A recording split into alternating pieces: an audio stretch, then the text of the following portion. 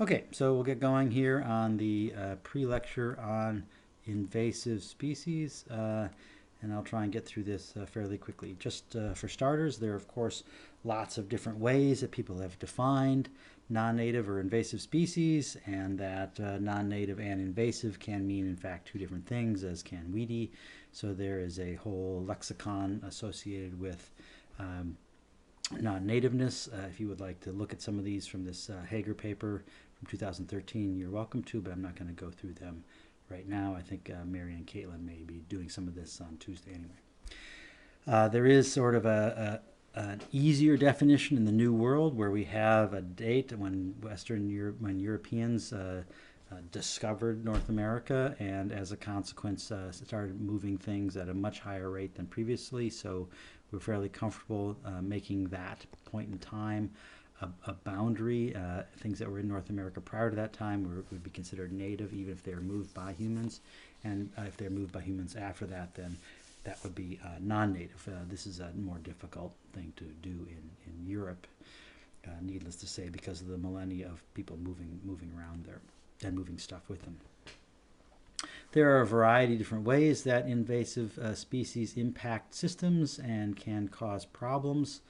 And as a consequence, we can have a taxonomy of these issues. They can provide threats to species, threats to systems, or benefits to species or systems. And there are examples of all of these things across all of the plant and animal kingdom. How big a threat is this? This is data from Will Cove in about 1998, where he looked at the federal list of endangered species and felt that about half of all species were threatened by alien species. Miley Neal and Judy Che Castaldo did this much more recently and looked at animals and plants, how big a problem is invasive species, again using the endangered species list, and now they're up around 60-70% of species list non-native species as being a problem to these threatened species. So that's probably more of an accounting issue, that change, than actually an increase in threat. And as I mentioned just moments ago, they come in all different taxa, different sizes, and in different ecosystems. They can be big problems in terms of being foundational species that change the nature of ecosystems, whether it's Spartina in the San Francisco Bay, tamarisk in the south west, kudzu in the southeast, or cheatgrass in the Intermountain West. Invasive species can be ecosystem engineers. Beaver weren't native to the southern tip of South America, but they're doing quite well there and changing the Nothofagus forests and destroying peatlands left and right. So all over the world, all kinds of ecosystems, all kinds of species doing the damage. There have been different estimates of how much this costs. Pimentel did this in 2005 and estimated $138 billion annually. Of course, this also includes a lot of diseases of humans that are moved around the world, and crop weeds and crop diseases, and so it's a pretty big number. But they estimated, for example, that pigs alone cost people $800 million a year to control. So it's no small potatoes in terms of controlling the damage done by non-native species. A variety of people have tried to predict life histories of invasive species. Baker started this in 1974 with this 13 rules of life history for plants that predict invasive capacity. And there are things that you'd expect: short lifespan, high fecundity, early successional status, high dispersal. Turns out, however, that invasive plants run the gamut from having one or two of these traits to having all 13, and so it's not been a very effective means of predicting. This has been tried over and over and over again. Perhaps the best predictor with plants was Richardson and Ramonic, that looked at seed size and dispersal capacity in pines or conifers, and did a pretty good job of actually predicting which ones have and haven't become invasive. So they're expensive, they're hard to control, and so there's been increasing efforts to prevent invasive species. And these kinds of prevention programs take all different kinds of forms. There are places like Hawaii within the United States and New Zealand that have a zero tolerance, no species on board, thank you very much, kind of approach, and try and establish a barrier to invasion. It's not particularly successful, but I mean, things still get in, but it probably helps. Other things like ballast water has been implicated for lots and lots of invasive species moving across the ocean. Basically, a ship fills its ballast area with water in an estuary in one location, moves all the way across the ocean, drops it in another estuary, and you're putting things into habitats where they do quite well. So now there's a program to try and get ships to exchange that ballast water at sea, so you're bringing water in and dropping it from very different environments, so it reduces the likelihood of something could succeed. Other efforts have been tried, like filling those containers with gas between filling them up with water, so pumping all the oxygen out and pumping in nitrogen, and as a consequence kill everything that's in the ballast ports. But port inspections and fumigations are other kinds of efforts, but they're essentially weak and leaky tools. Hawaii and New Zealand, as I said, have more severe efforts to try and control invasives. And frankly, I went to New Zealand from Australia a few years back, and I had a tent, and we ended up spending, I don't know, 45 minutes in the border control area while they took our tent out and actually cleaned it out and then admonished us for bringing a tent in that had seeds. So they're pretty serious about it, and I felt bad. But anyway, we'll skip on down that the USDA, the Animal and Plant Health Inspection Service, among other things, is our federal agency in charge of trying to do something about invasive species. But part of the challenge is that there are industry advocates for the capacity to move things around. So there's a horticulture industry and an aquaculture industry, an aquarium industry, and a pet industry, and all of these try and reduce the constraints on moving things around. And there have been several papers recently to look at what you can buy online, and it's pretty shocking. You can get an awful lot of things and move them around by mail. So there's some relevant law, of course, to this. And then for the federal government, that commerce has precedence that species introductions are allowed until a species is proven to be noxious, and that there's generally a strong lobbying against a banned list. This works at the international level as well. The General Agreement on Tariffs and Taxes is one that promotes fair and free trade, and free trade means that governments shouldn't restrict things from being traded before there's a pretty darn good cause to. So the objective of invasive species management is usually not to eliminate non-native species, but to eliminate the unwanted consequences of those non-native species, although that's not that strong.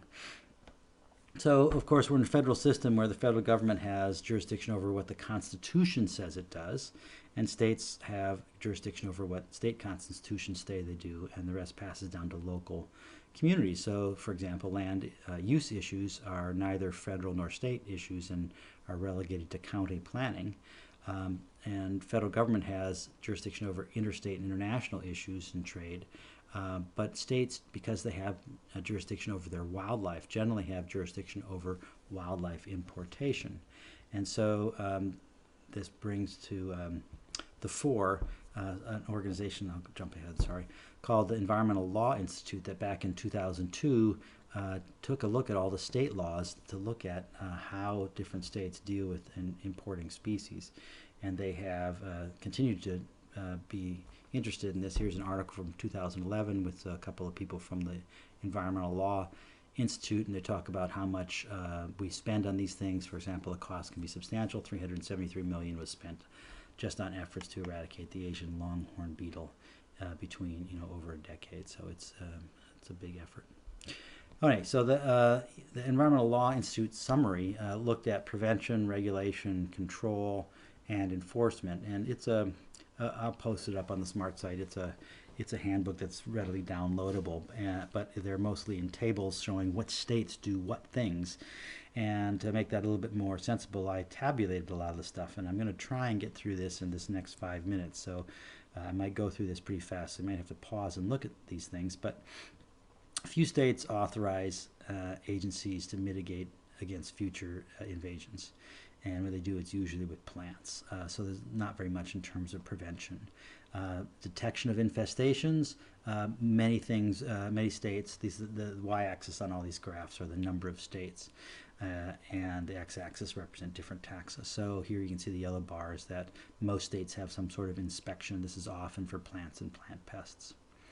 In terms of prevention, that you can have anywhere from you need an import permit to having an introduction permit or prohibition, to have a release permit or prohibition. And if you look, there's this funny diagonal pattern here where insects and plant pests and plant diseases generally require an import permit, and plants and plant diseases require some sort of import prohibitions. By the time you get back to wildlife, then they don't tend not to have import or introduction, but they have release permit requirements and release permit standards.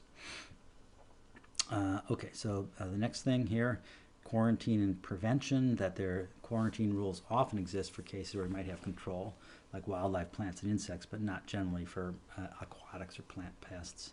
Few states have education programs, and where they are, they're mostly on plants. That if you look at regulations, there's most often regulation on animals, but not on plants, so both in wildlife and aquatics. And this probably has a lot to do with ownership and rules. So the state owns the animals, but you as a landowner own the plants, and so there may be lower capacity for states to exert regulations on the treatment of different plants because you would own them. But you can regulate what people can do with tigers, for example, or ungulates in Texas. There's also regulations on transportation and shipping. There's some states have prohibition lists, and others have permit required lists, and some states have inspections and labeling. It doesn't say anything about the enforcement of those issues, but you can see that that very few of these things reach up to all 50 states. That it's a very patchy kind of set of regulations that few states require anything other than just labeling stuff. So and that different states put different agencies in charge of this. All states have some sort of regulatory agency over some kind of species. Often it's the wildlife agency over animals and the agricultural agency over plants. A few states require that the public participate, and few have real capacity to deal with the issue. And so, anyway, that's all I can say for that. All states have some kind of enforcement, although enforcements are generally weak, that they tend to be misdemeanors, and that you can go to prison for doing something bad with species, but it's pretty hard. And that there's also this problem of whether you owe damages to somebody else if you end up imposing upon their lands. Like if you have an invasive species, you release it and it gets onto their land and causes damage. States vary in terms of compensation, but if you look, that's over towards the right, and there's relatively few states that have that kind of compensation for damaging somebody else's property, which is sort of odd because we certainly are culpable for damaging other people's property in other ways. And finally, states use funding and coordinating councils to try and incentivize good actions, but these are all, again, pretty weak, and they tend to be more so in the plants and plant pests and diseases, the agricultural issues, than in wildlife or aquatics. And increasingly, you see more interest in boats and propellers and things moving around the aquatic environment, but it's still pretty sparse. And I was just going to say two things right here at the end. That this has become a big enough issue that a variety of environmental organizations have tried to step into the game, but they lack a regulatory authority, and so all they can really do is try and incentivize good behavior through education and things like that. And all right, See you on Tuesday.